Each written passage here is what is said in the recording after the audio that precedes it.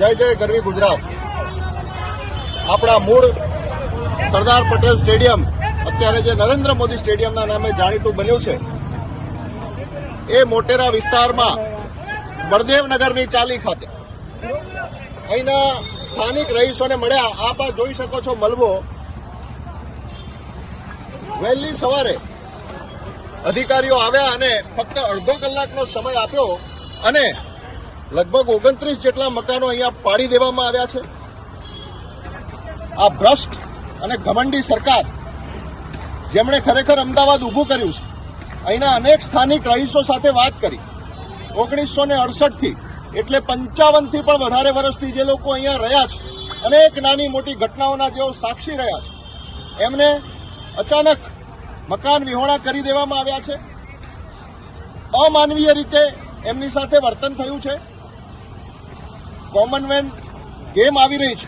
Commonwealth ગેમનો કોઈ વિરોધ નથી, પરંતુ કોમન મેનના ભોગે કોઈ પણ કામો ન થવા જોઈએ. આજે આટલા વર્ષોથી અમદાવાદમાં રહ્યા છે, સ્થાનિક લોકો સાથે વાતચીત કરી. એમણે કહ્યું સિંગલ બેન્ચનો ચુકાદો આવ્યો કે આપ ડબલ બેન્ચમાં જઈ શકો છો કે સુપ્રીમમાં જઈ શકો છો. એ લોકો શુક્રવારે ડબલ બેન્ચમાં ગયા છે, જેનો ચુકાદો હવે આવવાનો છે. એટલી પણ ધીરજ તંત્રએ રાખી નથી અને રાતોરાત આ બુલડોઝર લોકો ઉપર ફેરવી દીધું છે. કેટલીય માતાઓ બહેનોની વેદનાઓ અહીંયા સાંભળી. કોઈના ઘરમાં બીમારી છે, કોઈના ઘરમાં પરીક્ષાઓ ચાલે છે, કોઈએ હજી ઘર શોધ્યા નથી. સરકાર નવા મકાનો આપવાની છે તે તૈયાર નથી અને ગમે ત્યાં જવા માટે આ લોકોને મજબૂર કરી દીધા છે. આવી રીતે આપણે કોમનવેલ્થ ઉજવવાની છે. મારી વિનંતી છે અમદાવાદના લોકોને, આસપાસમાં રહેતા વિસ્તારના લોકોને, કે જ્યારે આપણા પોતાના ઉપર કોઈ ઉપાધિ આવે ત્યારે જ આપણે જાગીશું.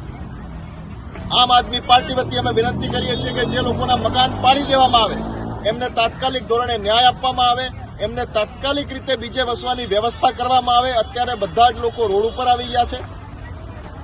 શું આ રીતે આપણે અમદાવાદનો વિકાસ કરવાનો છે? 41 વર્ષ સુધી અહીંના લોકોના કહેવા પ્રમાણે ટીપી ખુલી નથી, તો આટલા વર્ષોથી વિકાસ ક્યાં ગયો? હજારો મકાનો પાછળ બનેલા છે. લોકો બીમાર છે, કોઈના ઘરમાં ખાટલા છે અને લોકોને પોતાની જરૂરી ચીજ વસ્તુઓ કાઢવાનો પણ સમય આપવામાં આવ્યો નથી.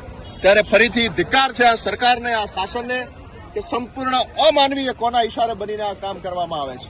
ભગવાન અમને સદબુદ્ધિ આપે અને જે પીડિતો છે, જેમના મકાન પડી ગયા છે, એમને સારામાં સારી વ્યવસ્થા સત્વરે મળે એવી ભગવાનને પ્રાર્થના, કે શાસકોને સદબુદ્ધિ આપે.